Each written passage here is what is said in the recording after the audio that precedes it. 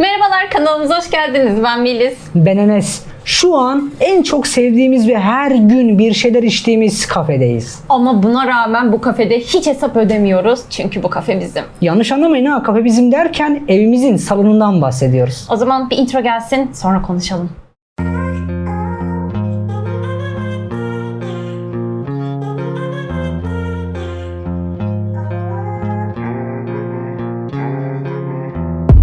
Birçok insan arada bir de olsa bir kafeye gidip birkaç fincan bir şey içmek ister. Fakat son dönemde herhangi bir kafeye yolunuz düşmüşse artık hiçbir şeyin eskisi gibi olmadığını fark etmişsinizdir. Çünkü artık insanlar aldıkları keyfi değil, hastalıkları ve en çok da ödedikleri paraları düşünür oldu. Evet, biz de bu yüzden evimizde kendi kendimizin kafesini oluşturduk. Biz bir yıldır evliyiz ve bu evin düzenini de bir yıl önce tasarladık. Ve evimizin köşesinde de bir tane kafe oluşturma fikri doğdu o günlerde. Ve evet, işte o evde çektiğimiz bütün videoların arka planında gözüken dolap bizim minik kafemiz. Hatta yemek masamızı o dolabın yanına taşıdık ki tek bir masası olan bir kafemiz olmuş oldu. İşte bu videomuzda evlerimizi birer kafeye dönüştürebilen ürünleri anlatacağız. Ve bu ürünlerle de misafirlerimize sunabildiğimiz menümüzden bahsedeceğiz. Ve tabii ki şu bir yılda edindiğimiz kişisel deneyimlerimizden ve yaptığımız kârdan bahsediyor olacağız. Mesela Starbucks, kahve dünyası, Osmanlı gibi bir kafede en çok tüketilen şeyler çay, Türk kahvesi ve filtre kahvedir. Hatta size şöyle söyleyeyim, siparişlerin en az %90'ı bu üçünden biridir. Nereden biliyorsun derseniz de ben kafede çalıştım. İşte bu saydığımız üçlüyü evde yapmak aslında işin en kolayı. Çayı zaten hepimiz biliyoruz. Çaydanlığı koyarız, mis gibi çayımızı yaparız. Filtre kahve yapmak için de alınabilecek birkaç ürün var. Örneğin gidip direkt bir filtre kahve makinesi alabilirsiniz. Ki bu filtre kahve makinelerinin çok uygun fiyatlı olanları Bimşok, A101 ya da Migros gibi marketlere geliyor. Biz zamanında Karaca'nın Cook Plus markasını almıştık. Yani biz aldığımızda fiyatı da gerçekten çok uygundu. Bayağı uygundu ya. Evet, ama bunların aslında çalışan prensipleri hemen hemen aynı. Şimdi su hazneleri var bunlarda ve suyu dolduruyorsunuz. Buradaki filtre bölümüne çekilmiş kahvenizi koyuyorsunuz. Makine suyu kaynatıyor ve damla damla kahvenizin üzerine akıtmaya başlıyor suyu. Sonra bu kahve demleniyor ve alt bölümde bulunan bu kısma demlenen kahveniz yavaş yavaş dolmaya başlıyor. Ve 5-10 dakika içerisinde birkaç fincan filtre kahveniz hazır olmuş oluyor. Yok, ben filtre kahve makinesi falan almak istemiyorum derseniz de filtre kahve için şöyle bir French press kullanabilirsiniz. Bunda da aynı şekilde çekilmiş kahvenizi French press'in içine koyuyorsunuz, üzerine sıcak su ekliyorsunuz ve kendi filtresini takarak yaklaşık bir 5-10 dakika demlenmesini bekliyorsunuz ve ardından filtre kahveniz içmeye hazır hale geliyor. Hatta bunların ateşe dayanıklı olanları da var. Benim gibi sıcak içme takıntınız olabilir. Çünkü bunlarla demlerken bazen kahveniz soğuyabiliyor. Ama ben ne yapıyorum? Kısık ateşe bunu koyuyorum ve kahve demlenirken kahvem soğumamış oluyor. Biz filtre kahve demlemek için bu iki ürüne sahibiz. Genelde de elektrikler kesilmedikçe makineyi tercih ediyoruz. Bu arada bu filtre kahvelerin bir de aromalı çeşitleri var. Onları da deneyebilirsiniz. Zaten onlar da aynı şekilde demleniyorlar. Yok, ben filtre kahveme süt ekleyeceğim derseniz o zaman Coffee Misto elde etmiş oluyorsunuz. Ve gelelim Türk kahvesine. Türk kahvesi yapmak için kullanabileceğiniz 3 tane ürün var. Bunlardan birincisi geleneksel cezve. Çok geleneksel. Yani benimkisi pek geleneksel değil ama herkesin evinde cezve var sonuçta yani. İkincisi ise elektronik cezveler. Böyle tuşuna basıyorsunuz ve kaynatıyorsunuz. Ki bizde de vardı da emektar arkadaş aramızdan ayrıldı. Valla ben bu habere çok üzüldüğümü söyleyemem. Çünkü bu 3 maddenin üçüncüsü otomatik Türk kahvesi makinesi. Ki biz Abdullah Efendi'nin 2 modlu Türk kahvesi makinesini kullanıyoruz. Evet, burada birinci mod normal Türk kahvesi modu. İkincisi ise közde Türk kahvesi modu. Ki aslında biz bunu aldığımız dönemde Schaeffer'ın yakın fiyatlardaki başka bir ürünü arasında kalmıştık. Acaba hangisini alsak diye, ama sırf bu 2 modlu diye bunu tercih ettik. Şu ana kadar pişman olmadık. Umarız hiç olmayız. Bu seçeneklerden hangisini seçerseniz seçin, menünüze Türk kahvesinin yanı sıra dibek, menengiç gibi kahveleri de ekleyebilirsiniz. Eğer sütlü Türk kahvesi de yapabilen birazcık daha pahalı Türk kahvesi makinelerinden almak istemezseniz, Biz almadık. basit bir cezve sayesinde sütlü Türk kahvesi de yapabilirsiniz. Sıra geldi kahvelerin şahına, espresso. Niye böyle diyorum bakın.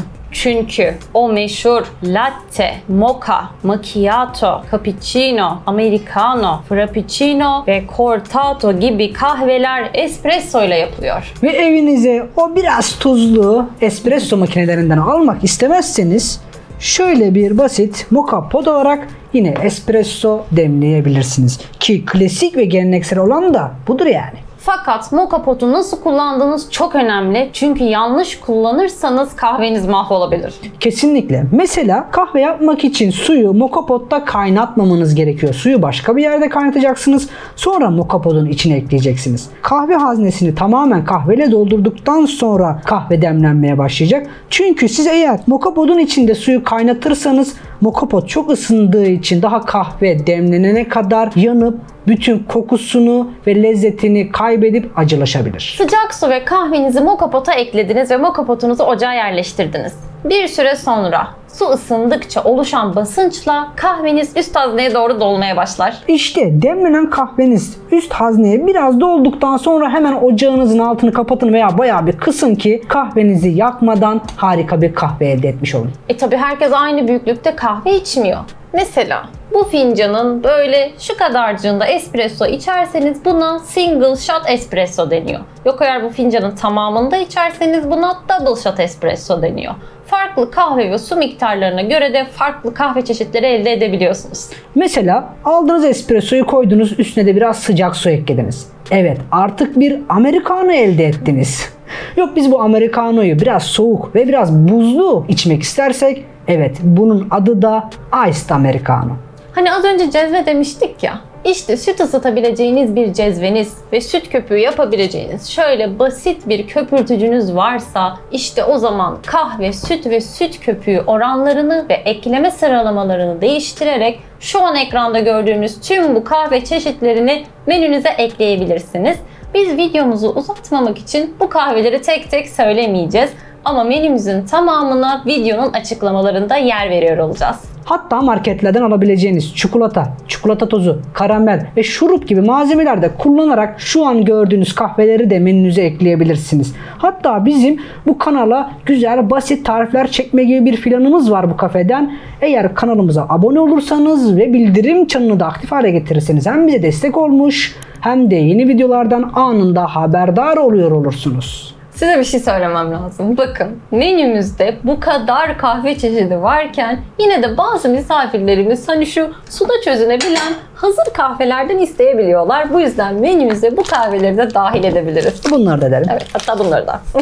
Evet, kahve konusunu kapatmadan önce şunlara değineyim. Mesela markete gittiğinizde böyle hazır çekilmiş çeşit çeşit kahvelerden alabilirsiniz. Ya da kendim çektirmek istiyorum derseniz de istediğiniz kahve çekirdeğini istediğiniz boyutta, ölçüde yani filtrenize uygun şekilde çektirebilirsiniz taze taze. Veya böyle kahve çekirdekleri alıp ve evinize böyle manuel bir değirmen almak suretiyle veya daha yorulmak istemiyorum diyorsanız da o zaman da böyle elektronik bir değirmen kullanarak kahvenizi evinizde, şahsi kahvenizde taze taze çekebilirsiniz. Bu arada özellikle çekirdekleri çok ince çekerken bu makine bayağı yorucu olabiliyor. Ama neden bilmiyorum, sanki bu değirmenin çıkardığı o kahve kokusunu şu makine çıkaramıyor gibi. Allah Allah, sanki kendi çekiyor.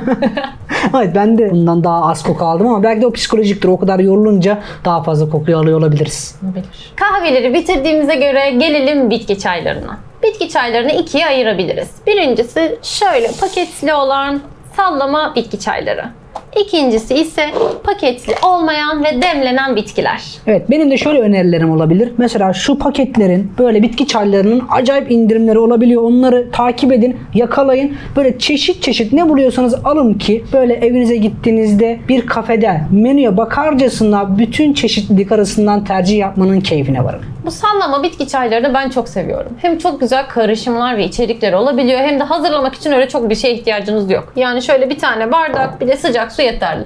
O zaman ben de tam Enes stilinde bir tane öneriyle geleyim. İçtiğiniz içeceğin yine soğumasından nefret mi ediyorsunuz? O zaman böyle silikon bir kapak alıyorsunuz. Böyle fıçıklatıyorsunuz ve artık içeceğiniz çay daha yavaş soğuyor.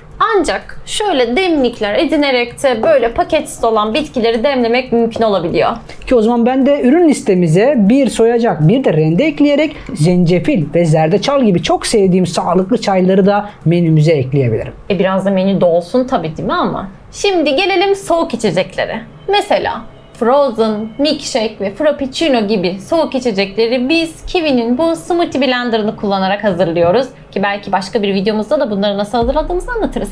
Evet, olabilir. Ama frappuccino'yu hazırlamak için daha demin bahsettiğimiz o kahvelerden birini hazırlamış olmaya ihtiyacınız olduğunu şimdiden belirtmiş olalım. Ayrıca bu tip makinelerle meyveleri de parçalayarak kendinize meyve suyu menü listesi de oluşturabilirsiniz. Bazıları böyle katı meyve sıkacakları falan da kullanıyor ama biz meyvelerin o posasındaki vitamin ve mineralleri kaybetmemek için böyle bir cihaz almamıştık. Evet, yani sadece şöyle bir portakal sıkacağımız var ki bunu da biz almadık bu arada. Hani bunda da nadiren de olsa portakal ve limon sıkabiliyoruz ki jelibon videomuzda bunu kullanmıştık. Evet, şu ana kadar evimizde yaşatmaya çalıştığımız minik kafemizin içecek menüsünden bahsettik. Tabii ki de bunu hava atmak için falan yapmadık. Sadece amacımız biraz fikir vermekti.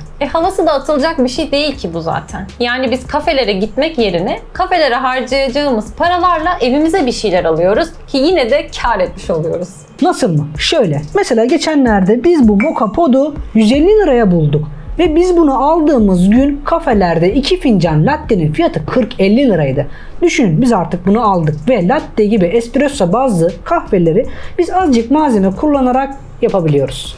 Yani bu anlattığımız bütün ürünler için geçerli aslında. En basitinden bir çay bile kafede 5 lira olmuş ya. Şimdi gelip biz kafeye manzara görmek, hava almak ve ortama şahitlik etmek için gidiyoruz. Ne yapacağız da evde içip diyecek olursanız da size birkaç önerimiz olacak. Evet, kaliteli birkaç tane termos, katlanır ve taşınabilir masa ve sandalye. İşte bunları edindiğinizde artık istediğiniz yere kurulup çayınızı, kahvenizi veya yemeğinizi götürebilirsiniz. Evet, hatta bizim buradaki kafelerin çoğunda yoldan geçen arabaların ardından deniz görmeye çalışıp kahve içilirken biz bunları alıp böyle tam deniz kenarına gidip oturabiliyoruz. Evet, ilk etapta bunlara sahip olmak için biraz para harcamanız gerekiyor. Ama gerçekten daha sonra daha az para harcadığınız için o paralar çıkıyor diyebilirim. Hatta tüm harcamalarınızı bir yılda amorti bile edebilirsiniz. Evet, biz bugün bu videomuzda minicik kafemizden seslendik sizlere. Umarız içeriğimizi beğenmişsinizdir.